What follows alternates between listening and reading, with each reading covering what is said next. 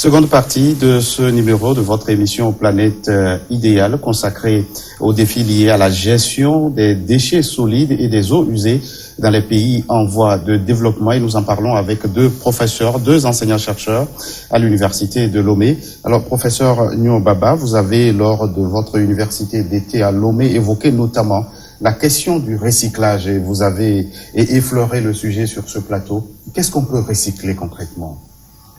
Nous avons une chance dans les pays en développement que la plupart des déchets que nous produisons soient recyclables. Vous prenez la matière fermentescible, les restes d'aliments, les légumes, sont compostables. Nous avons de la ferraille dans nos poubelles, la ferraille est recyclable. Nous avons du plastique, le plastique est recyclable. De temps en temps, nous avons les bouteilles cassées, les bouteilles sont recyclables. Malheureusement, nous avons une bonne partie, 25% au moins de nos déchets, qui sont constitués de l'inerte, c'est du sable. Voilà, donc c'est ça qui peut poser un problème. Sinon, au moins 15% du contenu de nos poubelles sont recyclables.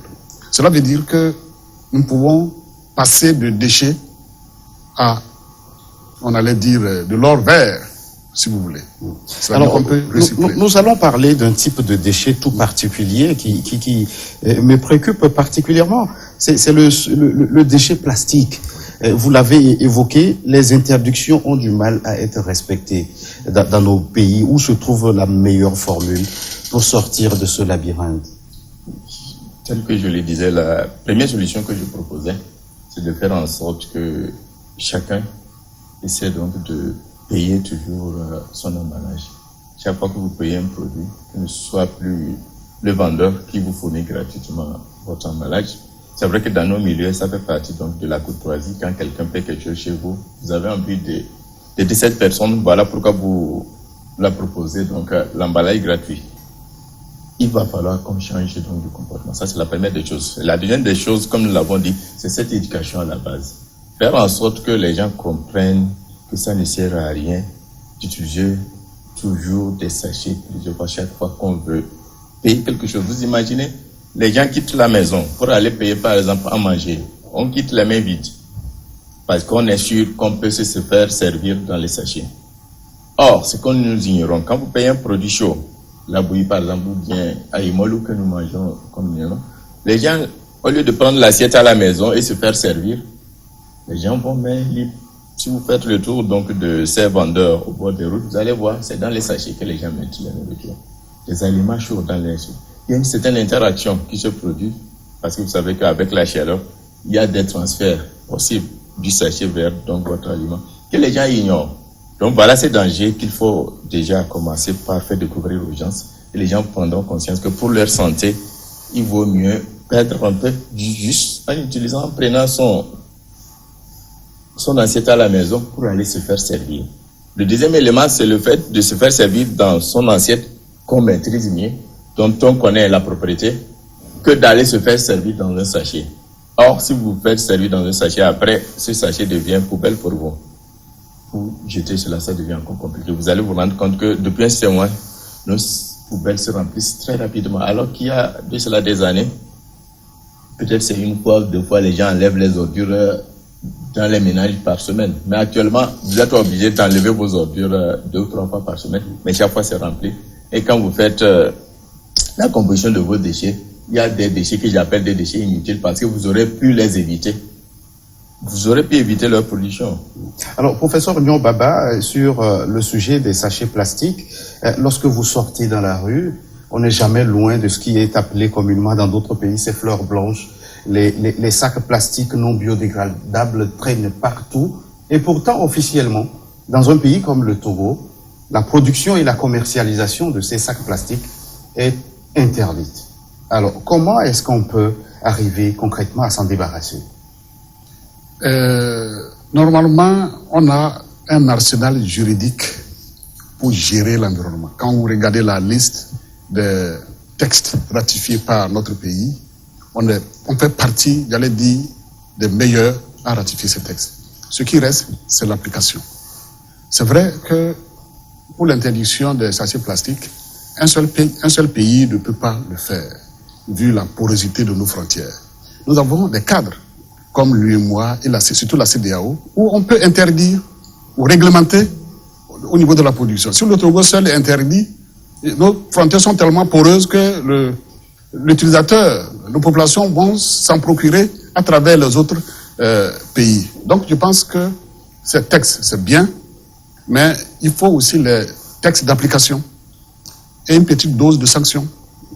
Une petite dose de sanctions au niveau de la production et au niveau de la consommation. Ailleurs, les gens ont interdit, vous allez à Kigali, vous ne rentrez pas avec le plastique. Ça se fait ailleurs. Pourquoi pas chez nous? Mais comme je le dis, vu la porosité de nos frontières, un seul pays ne peut pas décider et pouvoir l'appliquer. Comment justement ce qui a pu réussir sous d'autres cieux, comme vous le dites, au Rwanda, n'arrive-t-il pas à l'être dans d'autres pays? Il y a peut-être un manque de volonté politique, ou comment on peut l'expliquer? Non, il y a la volonté politique. Vous savez, c'est tellement sensible que parfois on met la priorité. Nous avons beaucoup de priorités et on priorise d'autres priorités, j'allais dire. Est-ce que les enjeux économiques pèsent aussi lourd dans la balance, peut-être? Les enjeux économiques pèsent lourd, mais ils ne devaient pas l'emporter sur les enjeux sanitaires et environnementaux. Donc, normalement, on doit pouvoir commencer par appliquer ces textes-là.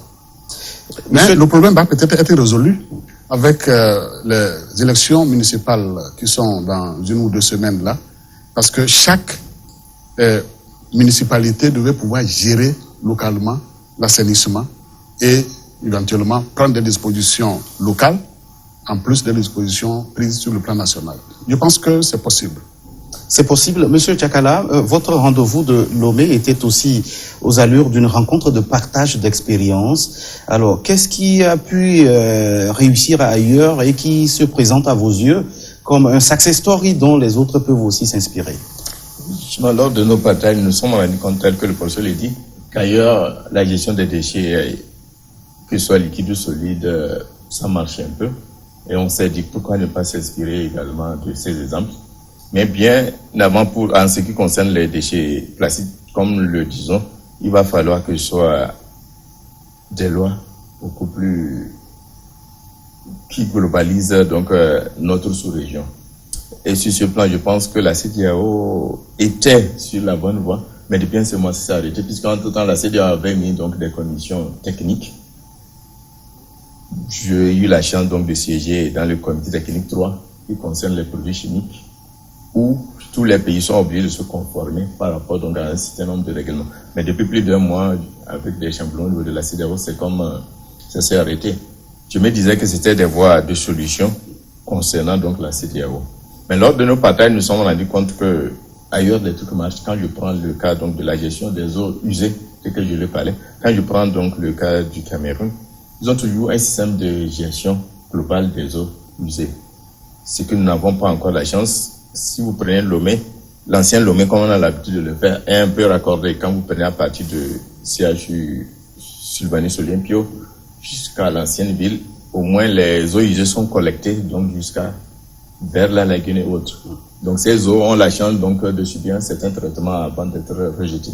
Mais quand vous prenez la nouvelle ville, vers Angoï jusqu'à de l'autre côté, c'est des assainissements donc individuels. Chacun essaie donc de faire des fosses septiques et autres, des puisards comme on le sent. Alors qu'ailleurs, les gens ne font plus les puisards. Alors, justement, au niveau des eaux usées, il y a eu des communications sur des initiatives qui sont peut-être une réussite ailleurs, notamment la possibilité de transformer ces eaux usées pour irriguer les cultures.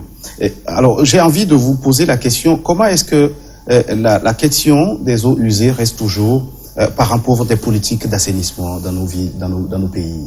Oui, comme je le disais, vous savez que la matière existe sur ces 3 états, solide, liquide, gazeux. Quand on quitte de solide, en allant vers liquide, gaz, la gestion devient beaucoup plus compliquée. C'est ça le problème. En réalité, cela veut dire que les moyens qu'on devait mettre en place devaient être inversement proportionnels. Ce qui est compliqué devait, en principe, avoir beaucoup plus de... Mais dans nos pays, on s'est rendu compte qu'on met moins de moyens dans ça. Et nous tous, nous sommes fautifs, tel que je l'ai dit, la gestion des eaux usées. Ailleurs, les eaux usées sont devenues comme quelque chose donc de très rentable. Les eaux usées, après leur gestion, on utilise les boues pour produire de l'engrais en fonction donc de la composition donc de ces eaux usées. Les boues issues donc de ces traitements biologiques peuvent être utilisés comme des engrais. Ailleurs, on peut même utiliser ça pour remblayer même certaines routes. Bref, c'est que les eaux usées, on peut les réutiliser à condition de bien les traiter. Ailleurs, ça c'est fait, comme je l'ai dit. Ailleurs, ça c'est fait. Mais ici, ça reste toujours sur le plan théorique. Lorsque nous faisons nos cours, nos recherches, on essaie de montrer que c'est faisable. Mais nous n'avons pas encore des stations d'épuration. La dernière fois, on m'a fait savoir qu'à Kara, il y a quand même une station d'épuration qui commence par naître. J'espère que bientôt, les municipalités, telles que le professeur l'a dit, chaque municipalité va se doter au moins d'un système de traitement donc, de nos eaux usées. On ne va plus prendre les eaux usées et aller jeter sur le terrain. Si vous faites le tour sur la route donc, du contournement, il y a quelque part où les gens puisent les eaux, on vient jeter. Alors justement, est-ce que, professeur, le traitement des eaux usées coûterait plus cher que le traitement des déchets solides? Oui, ça coûte cher parce que les déchets solides sont beaucoup plus maîtrisables. Chacun dans son ménage peut maîtriser les déchets, valoriser même certains déchets. Mais les eaux usées sont beaucoup plus difficiles à maîtriser parce que, en fait, quand on parle d'eau usée, il y a les trois états de la matière. Il y a l'aspect liquide que nous voyons, mais quand ça va se décanter, nous avons le solide. Et quand on brasse, il y a le gaz qui se dégage. Et on peut normalement valoriser ce gaz, piéger le gaz sous forme de biogaz et utiliser de l'eau, le liquide pour l'agriculture et le solide, comme l'a dit le collègue, en agriculture aussi comme pour un amendement ou bien dans le génie civil pour les remblais. Mais il faut le reconnaître, cela coûte extrêmement cher. C'est un problème financier. Cela coûte extrêmement cher. Ce ne sont pas les méthodes qui manquent, mais ça coûte cher. Alors, professeur, les processus de décentralisation en cours en Afrique, vous avez évoqué le cas au Togo des élections locales qui vont se tenir bientôt, offrent une nouvelle occasion de vérifier s'il en était nécessaire l'intérêt de maîtriser la gestion des déchets, mais dans un contexte d'urbanisation galopante et même anarchique, il faut le dire. Est-ce qu'on doit craindre le pire? On ne va pas dire le pire, mais on peut craindre un certain nombre de difficultés. Parce que la spécificité du Togo, c'est que le terrain appartient aux collectivités. Et donc, les gens morcellent, ils vendent. Et dans une ville, vous trouvez excusez-moi le terme, les buildings de high buildings et à côté des taudis. Et donc, même si celui qui a les moyens peut mettre les moyens adéquats d'assainissement, il est dans le même quartier que celui-là qui a fait une baraque. Donc le problème se pose à ce niveau également.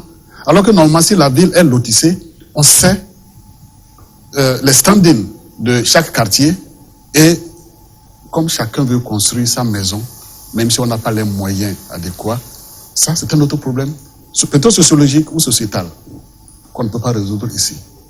Oui, ça peut, parce que lorsque nous allons avoir les maires, ils vont être beaucoup plus responsables. Ils doivent répondre, ils doivent à la population. Et je pense que certaines municipalités peuvent émerger. Il a cité le cas de Kara, dont la mairie, là aussi, en partenariat avec un syndicat français, a une mini-station d'épuration. Oui, on peut trouver des solutions. Il faudra que les maires soient disponibles. Nous, chercheurs, nous sommes disposés à les accompagner. On est d'ailleurs payé pour ça. Et je pense que si 1, 2, 3, 4 mairies commencent par s'exercer, les autres vont suivre le mouvement. C'est possible. Je pense qu'il faut garder espoir. Nous sommes à la disposition de ces mairies pour les accompagner. Docteur Djakala, oui, je disais aussi, au-delà de cet engagement de chacun des acteurs, il va falloir restituer donc dans sa globalité la police environnementale. Je me rappelle qu'on était des enfants, cette police c'était une certaine efficacité qui marchait. C'est vrai qu'elle a fait du bonheur ailleurs, mais elle a fait des soucis ailleurs. Mais je pense qu'en collaboration avec les populations, avec les municipalités, il va falloir instaurer donc cette police environnementale qui passera voir. Ce n'est pas parce que c'est votre maison que vous êtes obligé, c'est-à-dire vous avez la latitude de jeter les eaux comme bon vous semble. Vous les jetez, ce n'est pas vous seul qui êtes dans l'environnement immédiat. Donc voilà pourquoi la gestion donc des déchets de votre maison ne vous incombe pas seul. Vous devez comprendre que cette gestion, elle est globalisante. Tous ceux qui sont aux alentours vont subir les effets donc de la malgestion donc de vos déchets. Autrement dit, la sensibilisation et en même temps la répression. Ah oui, non, il faut, comme on le dit ailleurs, le bâton et la carotte. Il faut sensibiliser. Et celui qui ne veut pas, on peut trouver les moyens pédagogiques pour le faire accepter. On vous a toujours reproché, vous, enseignants-chercheurs, de garder toujours les résultats de vos recherches dans vos laboratoires.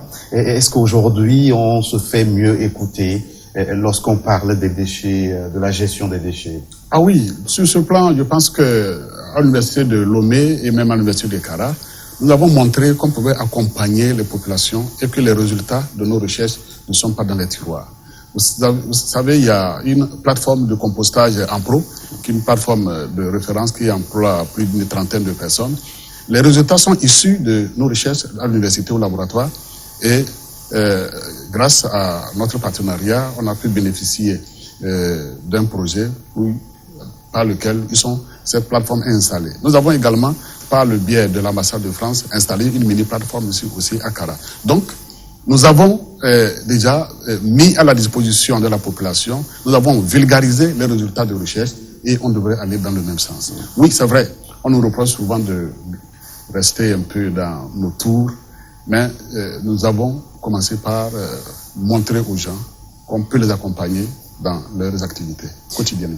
Docteur Tchakala, nous sommes presque arrivés à la fin de cet entretien. Si vous aviez un dernier message, que diriez-vous? Justement, c'est par rapport donc à cet accompagnement qui est beaucoup plus très visible ailleurs, ce qui ne se fait pas très senti donc dans nos pays. La dernière fois, j'étais lors de mon passage à Liège. C'est une station de traitement qui est venue solliciter les chercheurs. C'est de gros moyens qu'ils ont mis en place. Ils veulent que certains déchets spéciaux, notamment les déchets pharmaceutiques, soient traités. On a mis des moyens, ce qui fait que le laboratoire était obligé d'acquérir des outils de pointe. C'était presque à la fin de leur projet. À partir de leur recherche, ils ont pu trouver des moyens de traiter certains produits pharmaceutiques où avant, ce n'était pas possible. Mais avec ces accompagnements, entre la municipalité, entre la station de traitement de ces déchets liquides et solides, ils ont pu trouver des solutions. Ici, peut-être c'est ces sensibilisations également que l'État devait faire par rapport donc à certaines industries, des lobbies, pour leur dire voilà, vous êtes là, vous pouvez vous faire accompagner donc par des chercheurs. Donc voilà ce qu'il faut faire. Et donc il faudrait cette collaboration entre l'État, les chercheurs et les industriels pour que ça puisse marcher. Ça existe, mais je me rends compte que c'est toujours beaucoup plus un peu au second plan. Il faut ramener ça donc au premier plan. Professeur, un dernier mot avant qu'on ne se sépare. Oui, le dernier mot, ce que je peux dire, c'est que les déchets doivent être considérés comme embarrassants. Les déchets doivent pouvoir être bien gérés et cela incombe à tout le monde. Les consommateurs que nous sommes, les décideurs, le secteur public comme privé, le secteur formel comme informel et les bailleurs également.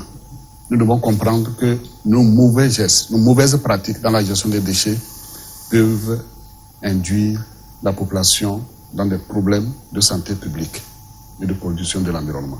Merci, professeur Nyon Baba. Merci à vous, docteur Ibrahim Tchakala. Vous êtes enseignant chercheur au département de chimie de la faculté des sciences de l'université de Lomé. Merci d'être passé sur ce plateau. Merci. Merci à vous qui êtes restés en notre compagnie. À très vite pour un nouveau numéro de votre émission Planète Idéale.